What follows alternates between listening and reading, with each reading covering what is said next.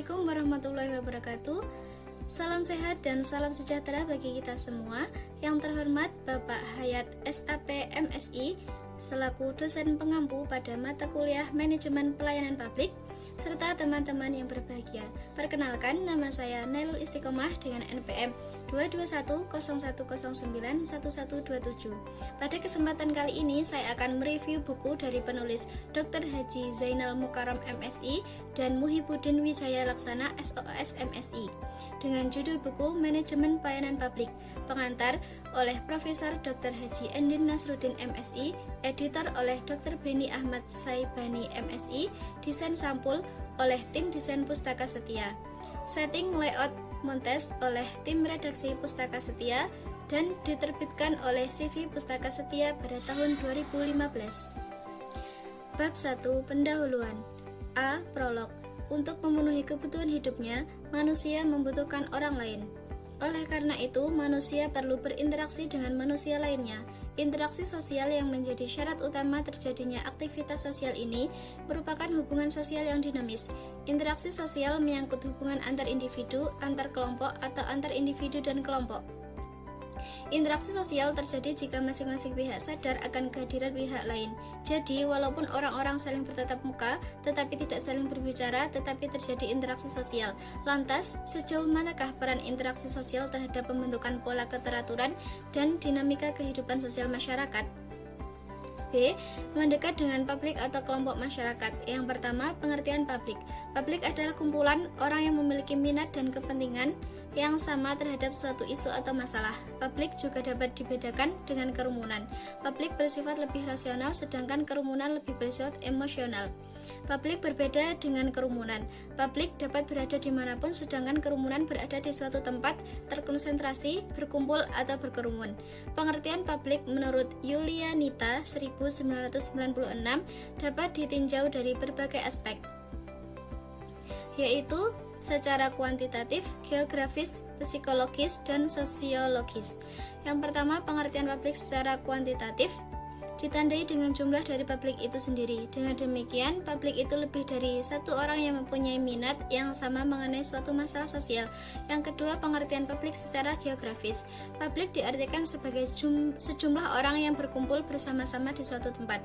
Dengan demikian, publik ditandai dengan wilayah tempat publik berada atau tempat tinggal serta mempunyai minat yang sama mengenai suatu permasalahan sosial. Yang ketiga, pengertian publik secara psikologis. Secara psikologis, publik diartikan sebagai orang-orang yang menaruh perhatian yang sama terhadap suatu masalah yang sama, tetapi tidak tersangkut paut dengan tempat mereka berada. Yang terakhir, pengertian publik secara sosiologis. Secara sosiologis, publik ditandai dengan adanya kelompok individu yang mempunyai minat atau keinginan yang sama, kehendak untuk memecahkan masalah secara bersama-sama, serta mencapai tujuan secara bersama pula. Menurut Moore 1981 berpendapat bahwa publik adalah sekelompok orang dengan kepentingan yang sama dan memiliki pendapat terhadap isu yang menimbulkan pertentangan atau kontroversial. Dengan demikian, pengertian publik dalam public relations adalah sekelompok orang yang memiliki keterkaitan, kepentingan yang sama dengan suatu organisasi dan bersifat aktif. Kepentingan publik terhadap organisasi bersifat khusus dan spesifik. Publik dalam organisasi secara umum dapat dikategorikan dalam dua bagian, yaitu yang pertama, publik internal adalah orang-orang yang berada di dalam organisasi. Yang kedua, publik eksternal adalah orang-orang yang berada di luar organisasi yang memiliki kepentingan dan keterkaitan dengan organisasi tersebut. Yang kedua, istilah publik dan istilah stakeholder. Istilah publik sering disamakan dengan istilah stakeholder. Kasali mengartikan stakeholder sebagai setiap orang yang mempertaruhkan hidupnya pada perusahaan. Ia mengatakan dalam hubungan antara yang timbul dalam organisasi dapat segera diatasi apabila komunikasi yang berlangsung dalam organisasi berjalan dengan baik. A. Komunikasi atau hubungan internal. Hubungan terpenting dalam organisasi adalah hubungannya dengan karyawan di semua level.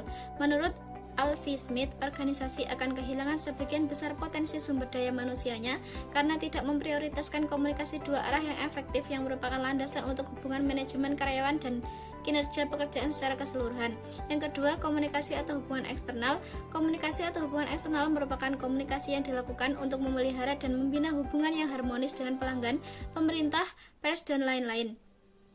Salah satu tujuan hubungan eksternal adalah mempererat hubungan dengan orang-orang di luar badan atau instansi sehingga terbentuk opini publik yang menguntungkan organisasi. Bab 2. Konsep manajemen humas organisasi publik. Pada era digital saat ini, organisasi publik berhadapan dengan pelanggan yang semakin cerdas dalam memahami dan menyikapi setiap pemberitaan media ataupun pembicaraan publik. Menghadapi perubahan yang semakin dinamis, organisasi publik yang statis dan menjalankan bisnis seadanya hanya tinggal menunggu waktu untuk karam. Kondisi dan situasi ini menjadi tantangan sekaligus peluang bagi para praktisi humas untuk berkembang dari hanya menjalankan perannya sebagai communication technician menjadi berkontribusi dalam strategi manajemen. Menurut Onong Ujana Effendi 1991, public relation atau humas di Indonesia dimulai sejak tahun 1950. Pada waktu itu pemerintah Indonesia menyadari perlunya rakyat Indonesia untuk mengetahui segala perkembangan yang terjadi sejak pengakuan kedaulatan Indonesia oleh Kerajaan Belanda. Awal dari pemikiran tersebut, maka kegiatan kehumasan mulai dilembagakan dengan menyandang nama hubungan masyarakat karena kegiatan yang dilakukan lebih banyak untuk keluar organisasi. Bab 3. Konsep manajemen pelayanan publik. Pelayanan publik menjadi suatu tolak ukur kinerja pemerintah yang paling kasat mata. Masyarakat dapat langsung menilai kinerja pemerintah berdasarkan kualitas layanan publik yang diterima. Karena kualitas layanan publik menjadi kepentingan banyak orang dan dampaknya langsung dirasakan masyarakat dari semua kalangan. Keberhasilan dalam membangun kinerja pelayanan publik secara profesional, efektif, efisien, dan akuntabel akan mengangkat citra positif pemerintah di mata warga masyarakatnya. Untuk itu, diperlukan perhatian semua pihak, mulai dari pemerintah sebagai pembuat regulasi, aparat negara sebagai pelaksana, dan masyarakat sebagai pengawas jalannya pelayanan publik sesuai dengan yang diamanatkan oleh undang-undang. Pengertian manajemen pelayanan. Manajemen pelayanan dapat diartikan sebagai proses penerapan ilmu dan seni untuk menyusun rencana, mengimplementasikan rencana, mengkoordinasikan dan menyelesaikan aktivitas pelayanan dalam mencapai tujuan pelayanan. 2. Arti pentingnya manajemen pelayanan. A. Semakin banyak aktivitas pelayanan yang harus ditangani oleh daerah. B. Semakin kuat tuntutan demokrasi dan pengakuan akan HAM. C. Globalisasi dan berlakunya era perdagangan bebas mengakibatkan batas-batas antar negara menjadi kabur dan kompetensi menjadi sangat ketat. Hal ini menuntut kemampuan manajemen pelayanan yang sangat tinggi untuk dapat tetap eksis dan mampu bersaing. Yang ketiga, pelayanan umum, pelayanan publik, pelayanan pemerintah, dan pelayanan perizinan. Keempat istilah tersebut di Indonesia digunakan sebagai terjemahan dari public service, seperti yang dapat dilihat dalam dokumen-dokumen pemerintahan yang digunakan oleh Kementerian Pendayagunaan Aparatur Negara.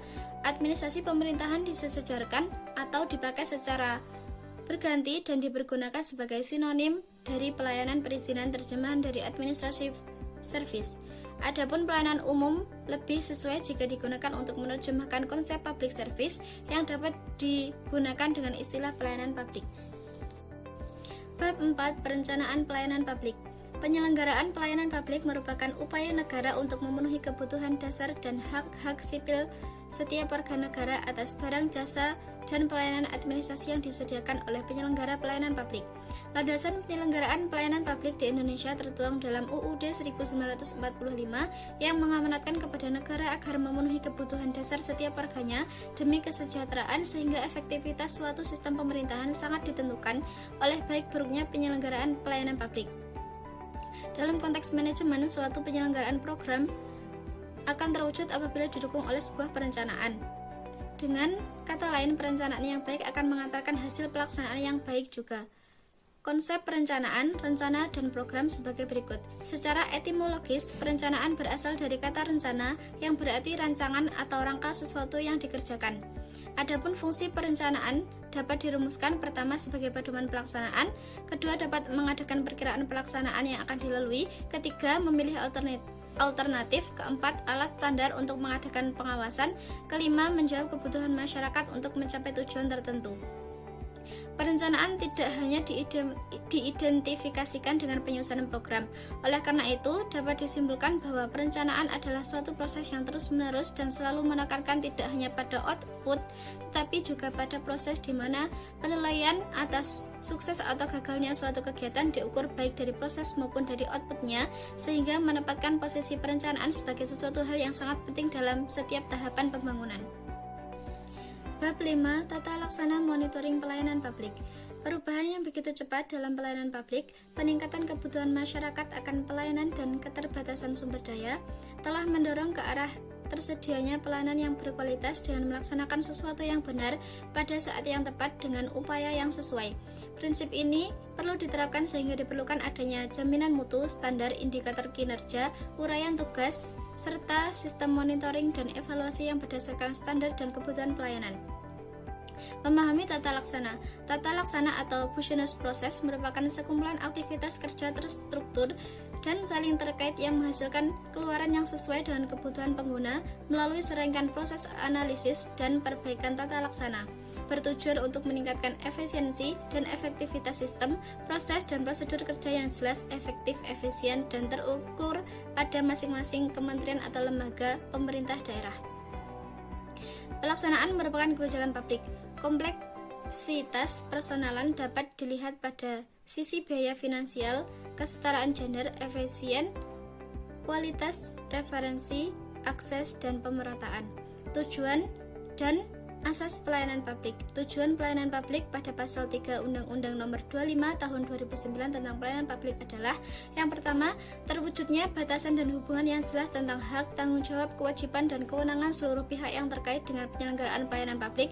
Yang kedua, terwujudnya sistem penyelenggaraan pelayanan publik yang layak sesuai dengan asas-asas umum pemerintahan dan korporasi yang baik.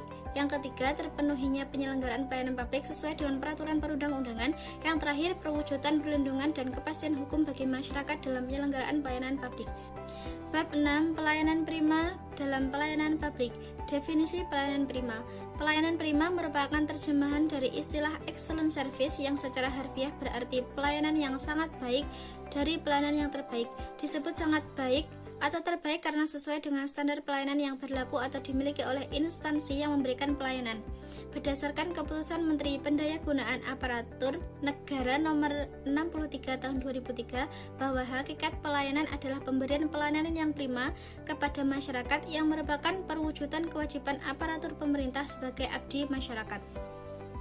Tujuan dan manfaat pelayanan prima. Tujuan pelayanan prima adalah memberikan pelayanan yang dapat memenuhi dan memuaskan masyarakat, serta memberikan fokus pelayanan kepada masyarakat.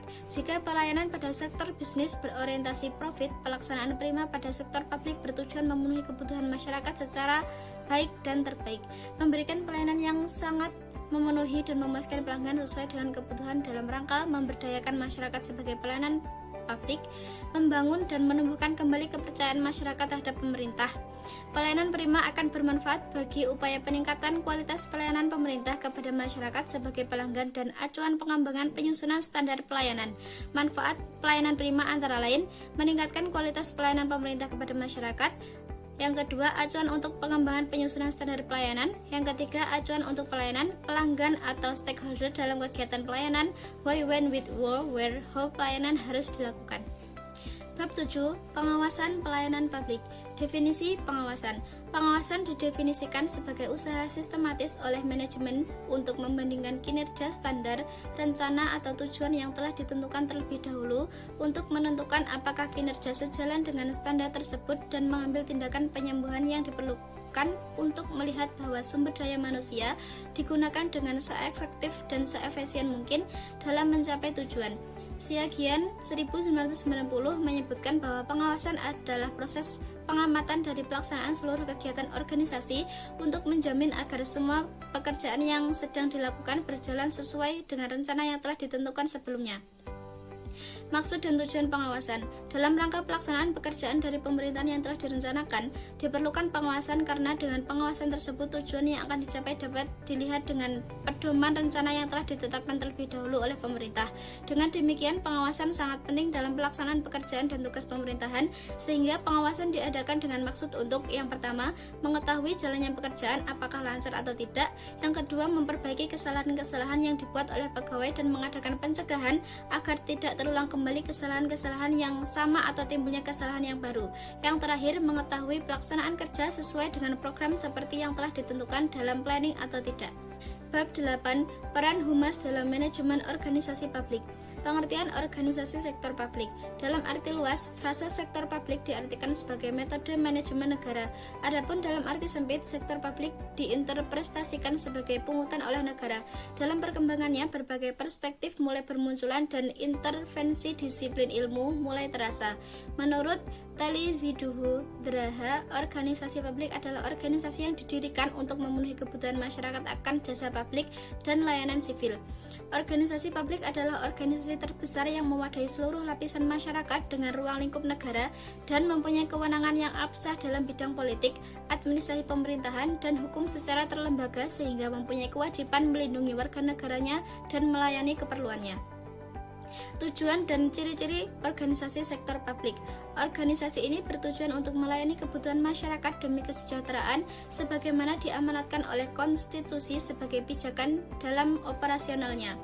Organisasi publik berorientasi pada pelayanan kepada masyarakat, tidak pada profit, laba atau untung.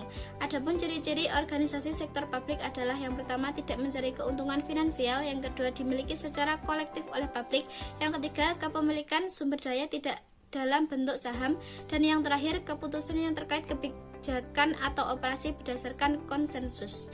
Bab 9. Implementasi Humas Pemerintahan Pelayanan Publik. Pengertian implementasi, operasional, dan tindakan program. Implementasi adalah proses untuk memastikan terlaksananya suatu program dan tercapainya program tersebut. Operasional merupakan perjalanan atau pengelolaan suatu program dari suatu strategi baik secara teknisi maupun manajerial dengan tujuan yang diharapkan. Humas beserta stafnya memiliki tanggung jawab dan wewenang untuk menyusun program atau kegiatan mulai dari pengumpulan data, menganalisis masalah, melakukan perencanaan sampai pengawasan atau penilaian terhadap hasil dari suatu kegiatan yang dicapai, baik secara kualitas maupun kuantitas. Keberhasilan implementasi kebijakan.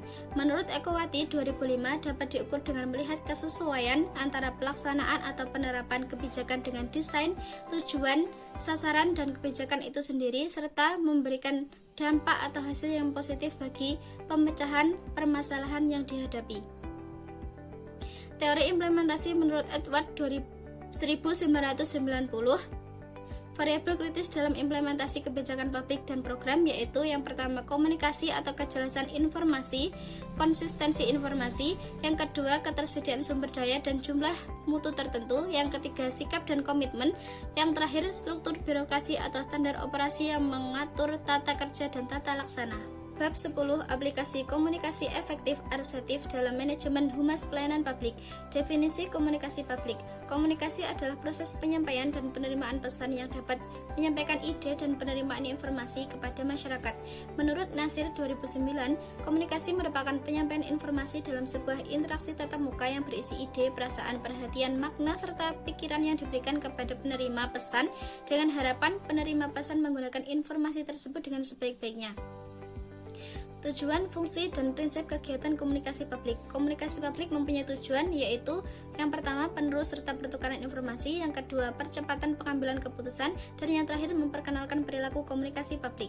Fungsi komunikasi publik yang pertama pemberi informasi yaitu proses penyampaian pesan atau menyebarluaskan informasi kepada orang lain, yang kedua menyebarkan informasi yang bersifat mendidik atau sebagai penyampaian komunikasi kepada orang lain, dan yang terakhir memberikan instruksi atau perintah kepada penerima untuk melakukan atau tidak melakukan sesuatu yang diperintahkan kepada dirinya. Yang terakhir, prinsip dasar komunikasi publik menurut Nasir 2009 sebagai berikut. Komunikasi adalah proses simbolik. Kesepakatan menggunakan lambang atau simbol dalam suatu komunikasi merupakan syarat terjadinya komunikasi antar manusia.